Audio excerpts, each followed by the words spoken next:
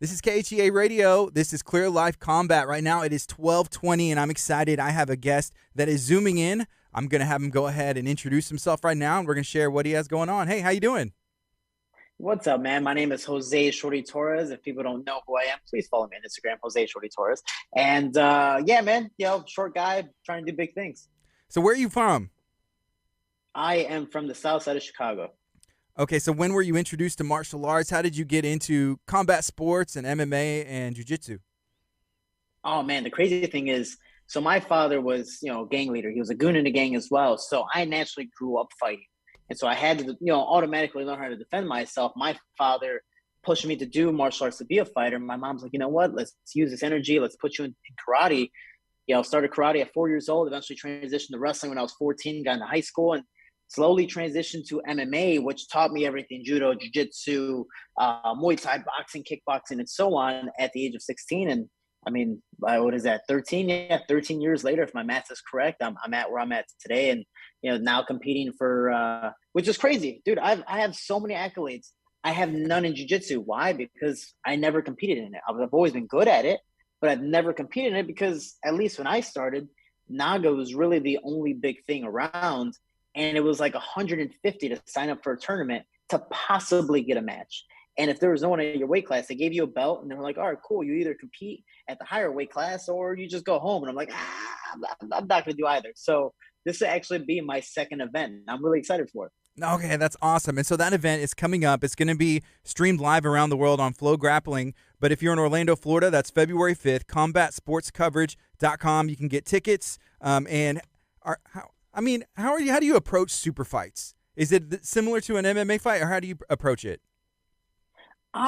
Technically this is my second, in a sense, super fight. The last one was another competition for another promotion called Fight to Win. And all my friends that went up there, they're nervous. There's a crowd, there's this, there's that. And they're like, Shorty, why do you seem so relaxed? I'm like, I'm an MMA fighter. I don't care. I'm not getting smacked in the face. This is combat grappling, so I'm happy about it. But also, it's like, if I get tapped out, technically I'm supposed to get tapped out. I'm an MMA fighter. Given I'm high level in jiu-jitsu, I tap a lot of people on the gym, but if I lose, who cares, man? I'm not making millions of dollars off of this. I'm going to go to fight, So for me, it's just another day in the office against another high level competitor. And it's just more opportunity to learn. So I'm excited for it. Do you have like specific game plans going in, or like submissions that you're going to be shooting for? My biggest thing is because my belt's in Japanese jiu-jitsu. So we are very top heavy, Khabib style. So for me, I love judo. If people watch my last competition, Fight to Win, I'm a person that you can tell I'm an MMA fighter, that once I get on top, if I'm able to pass your guard and get to side mount, you're not usually going anywhere. And I had my submissions from there, wishing I could have punched and elbowed and did all this fun stuff. But for me, you could tell I'm just like, you're so open for this, but I can't do it. Yeah. And for me, being on top, man, it's just a fun game. And I love going against 10 Planet guys just because they're crazy. They're the outcast in the group where you're like, oh man, I don't want to go against this guy. He's going for heels. He's doing hard rolls. He's doing this, doing that. So it makes things a lot more interesting. And my style is very, very funky. So I always love going against 10 Planet guys. Yeah. Okay. So you mentioned earlier that you started martial arts when you were about 4 years old. And were you kind of alluding to, I guess your dad put you in there for self-protection because you may have to use it?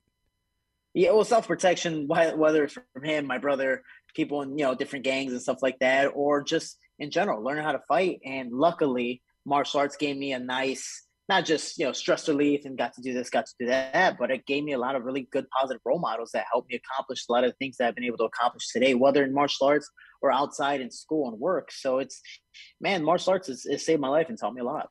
Yeah, and I'm sure you've met a lot of people or trained with them or coached them through the years where it's kind of that same story, saving people's lives. Yeah, man. And that's why I have my own foundation. I try to pay it forward. I try to help sponsor kids, teens, and young adults to stay inside the gym and off the streets. And I don't sponsor good athletes. I sponsor good people, people who I can tell have been paying it forward without looking for anything in return. So I try to do the same thing back for them. And it's not just in my city of Chicago, but even in Florida, around the country, and even around the world. So it's been one heck of a journey, and I'm happy to do that. At what point in your life did you decide I'm going to fight, or like, hey, I'm good at this, I really need to pursue it and give it a go?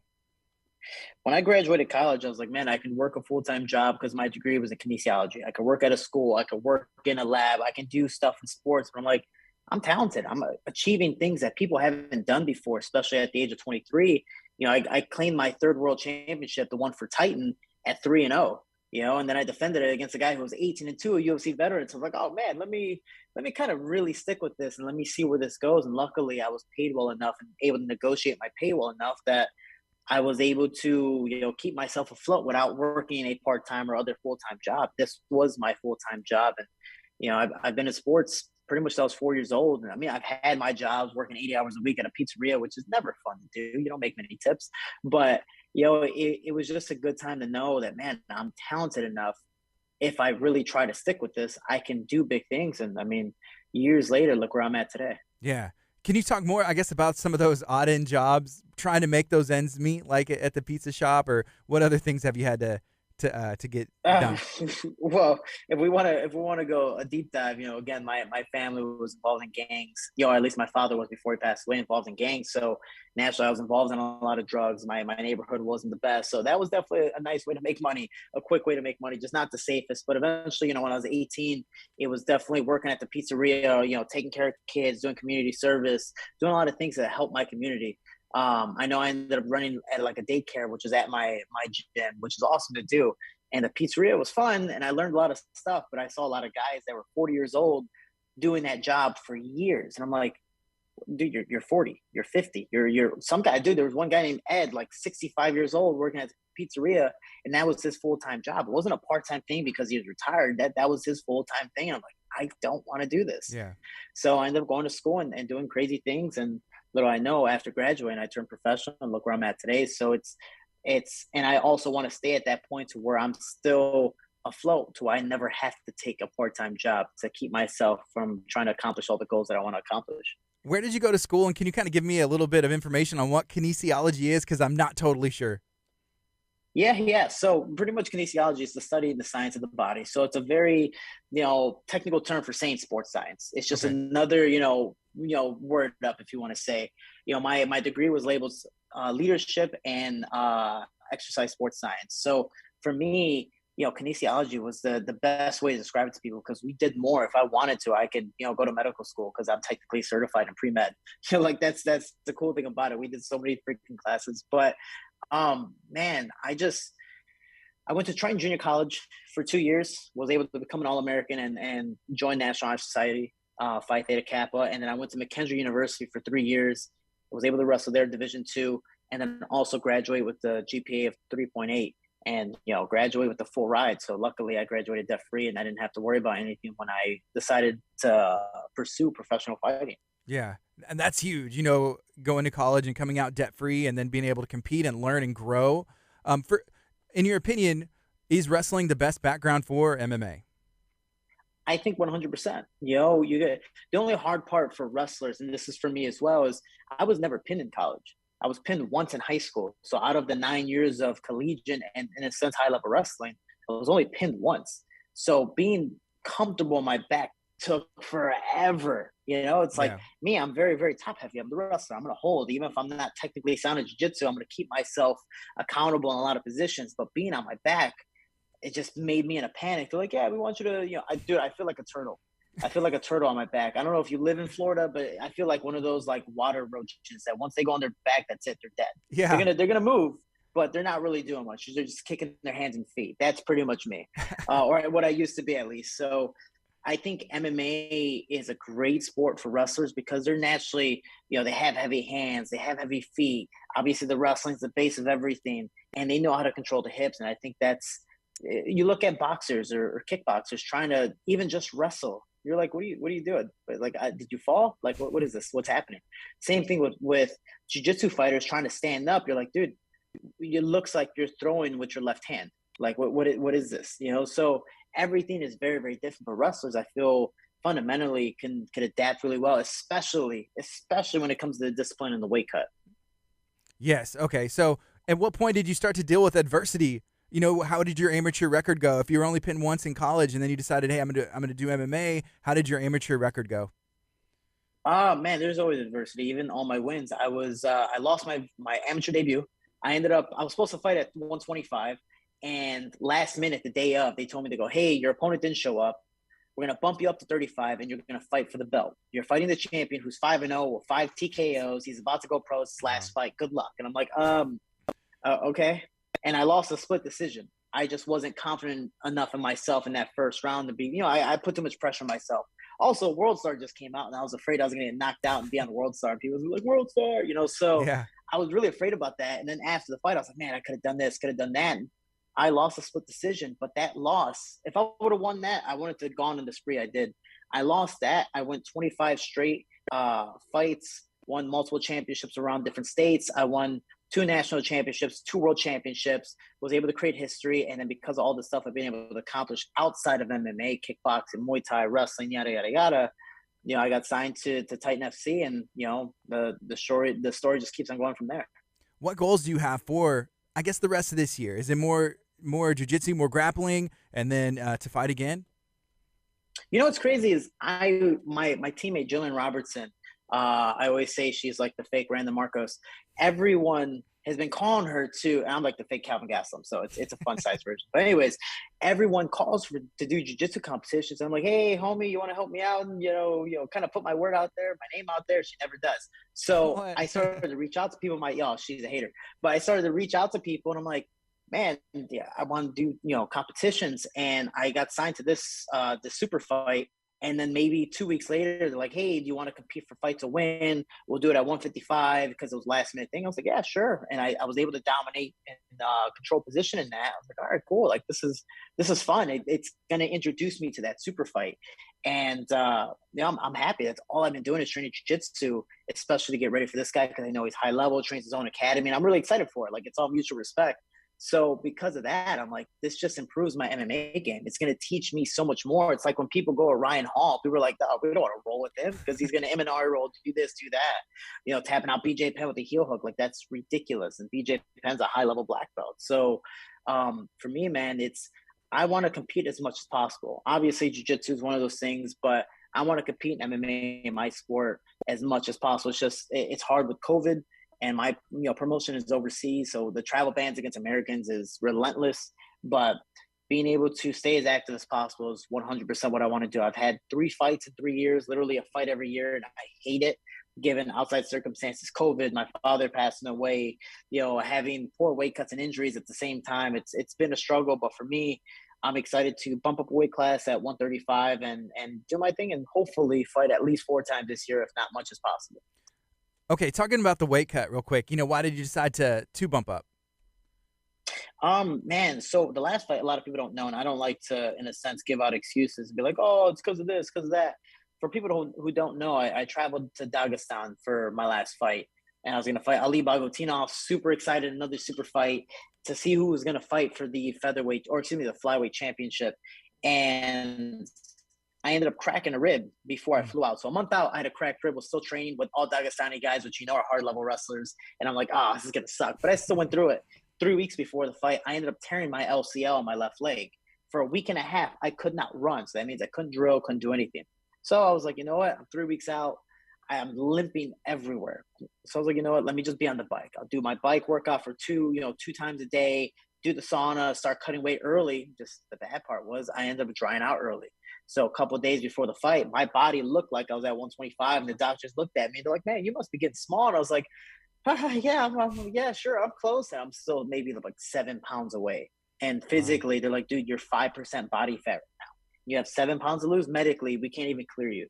So they ended up pulling me for the fight. And, it obviously is for a reason because I would hurt myself a lot more, especially against a high-level guy, torn LCL. And, you saw Ngannou, his last fight this weekend. He's like, torn ACL, obviously he's injured. He's doing surgery now, but he's like, I'm going to take this guy down and just hold him. I'm not even going to try to advance. I'm not going to try to do position. I'm going to do what I need to do to win. And that honestly was my goal as well. It's just the weight cut didn't allow me to do that. Sadly, I'm not a heavyweight. But with this, moving up to bantamweight, even though I wanted to be a 2-belt champ, this is going to give me the opportunity to actually train and not train to cut weight. What did you think about that fight and I guess the situation with Francis Ngannou? What's crazy is so the reason why I got cut is because I was a talker. It wasn't because I was a promoter. I was talking bad about the business, about the UFC, about the fighter pay, about giving me ultimatums, about mistreating me and taking advantage of using their name against me. I was another fighter that no matter what my accolades were, and I had easily the most in UFC's history entering the UFC. I was like, man, I should be paid more. I should be doing this, Yeah. should be doing that. But because I was a flyweight, that whole UFC flyweight demise, I got extremely mistreated. And then I got cut for talking smack about the business, or at least revealing the truth. Sadly, though, I didn't have the pedestal. I wasn't a champion. Then you had Masvidal kind of doing the same thing, before he fought Usman, and then he ended up receiving a last minute. Excuse me. He ended up receiving a last minute call, and he got paid tremendously, and then Yeah. forgot about us. And it was like, come on, man, you're Cuban. I thought you were for the people. This, that, and then now Ngannou, you're literally the biggest man. You're the most powerful fighter in the UFC's roster. You're the heavyweight champion of the world. You're supposed to be the king of the world. And he grew up in Africa, grew up with nothing. So he doesn't care if he loses everything because he knows that, dude, if you fire me, I'm going to go to, fight with Tyson Fury and make $30 million instead of making 600,000. It's like, in a sense, Kamaru Usman made more than that. Conor McGregor, even his last fight that wasn't for a belt, made more than that. So you're the heavyweight champion of the world. You should be making millions, but no. And you understand, and being in combat sports, we put our bodies through the ringer, man. So, and this guy fighting with a torn ACL needs the money to do a lot of things. And for him to put his foot down, a really big foot, by the way, but to put his foot down and tell the UFC, like, hey, man, you need to treat us better. He's, in a sense, trying to create the Muhammad Ali Act in MMA. And I think that is a huge thing. That's why we need a union in the sport. MLB did it, NFL did it, NBA did it, had the strikes and almost had to shut down for a year. I know as fighters can't realistically live with that because promotions don't pay us well. But when I got released from UFC, Brave paid me almost 3 times more. I'm like, Wow. what? This is Brave starting. Yeah. This isn't Brave already having 50 events. This is Brave just starting, and UFC's already been at 200 plus, and you're going to pay me literally the minimum of minimum. Oh, okay, cool. Thanks, man. Do you have a goal to make it back to the UFC? No, I don't. If one day it happens, it happens. But there's two things I need with that. Definitely a great payday, and also knowing a sign of respect that, like, hey, we're gonna treat you well. We're gonna give you, to a certain extent, what you want. Obviously, there's gonna be compromise to that. But I need actual negotiations, not just, cool, you're a fighter, you want to fight for the UFC? Yay, nay, okay, no, we're gonna just hire somebody else. It doesn't matter. And so for me, I mean, I've beaten people who are in the UFC now, and it's like, that's cool, but now you're not taking the best of the best. You're literally taking what you can get because you have the power, and that's why they're being sued for being a monopoly. They have the power to do practically almost anything they want, and if they want to cut people whenever they want to cut people, again, for me, I had a 4-fight contract.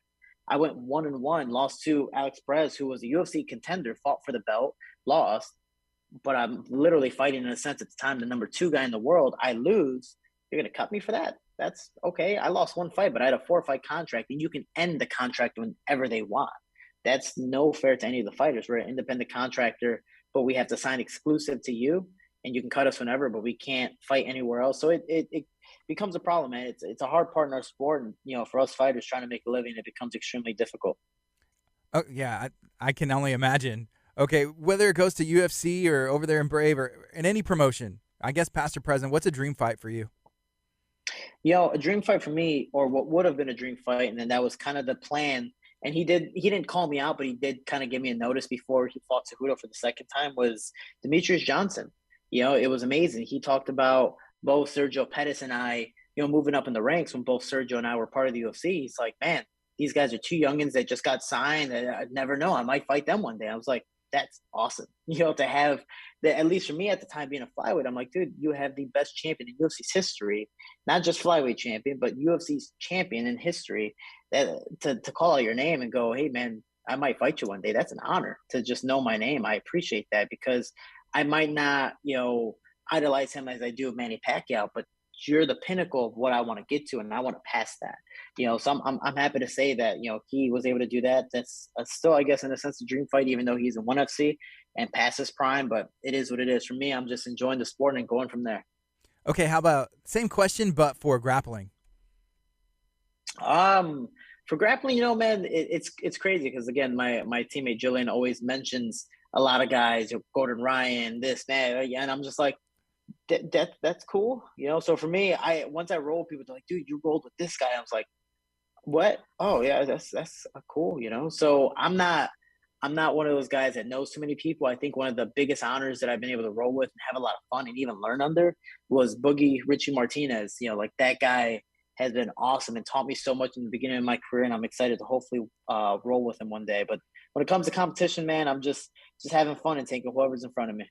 Jillian, I think she had that opportunity to. It was streamed on UFC Fight Pass, and it was for Fury Grappling, and she was the opening Mm-hmm. on that card. How do you think that she did? I actually didn't get a chance to watch the full thing. I know she had her girl in a few submissions and couldn't finish it. I know actually this week we were working on her rear naked choke because she had it in, she had it in, but she just wasn't at the right angle and right position to finish it. That girl was tough, man. That's the one thing that I was talking about the last interview I just did is she has a phenomenal choke, but eventually people are going to know, man, that's what she goes for. That's her bread and butter, and they're going to practice to do nothing but prevent that. And even when they're stuck in it, how to get out of it. So for her, we've been working on trying to adapt it a little bit to transition to something else, or even learn better ways to finish it. It's awesome, man. She's a phenomenal grappler and even teaches me a lot. So this is Clear Life Combat. If you're just now tuning in, I'm talking to Jose Shorty Torres. He's going to be competing for combat sports coverage, and that is for the 145 black belt title. It's taking place February 5th. You can get tickets at combatsportscoverage.com or tune in because this is the debut of combat sports coverage on Flograppling. And it's exciting to watch this promotion, so you had asked earlier if I was in Florida. We're actually in Houston. And just south of Houston, but that's where Thomas is from, and it's really cool to see what he's doing, and to have people like you that are as accomplished as you are in your career take that time and go compete over there. So it's going to be exciting. Is there anything else that you'd like to share? The biggest thing is, obviously turning to Flow Combat. I'm really excited for that. It's gonna be dope. But the biggest thing, if people want to support not just me, but just people around the world trying to compete, my foundation, the Team Shorty Foundation, helps give kids, teens, and young adults an opportunity to stay inside the gym and off the streets. If you go on teamshorty.com, 100% of the proceeds, no matter what you buy, goes to my foundation, again, to help kids, teens, and young adults stay inside the gym and stay off the streets, and even sponsor athletes, do a bunch of things. We do turkey drives, toy drives, and all these different events. So I'm really excited to do more for the community, and that's a small way for a lot of people to help out and give back. Thank you so much for making time today. I appreciate you, and good luck. February 5th, and I'll be watching. I appreciate you, man. Thank you so much for your time as well. Talk to you soon.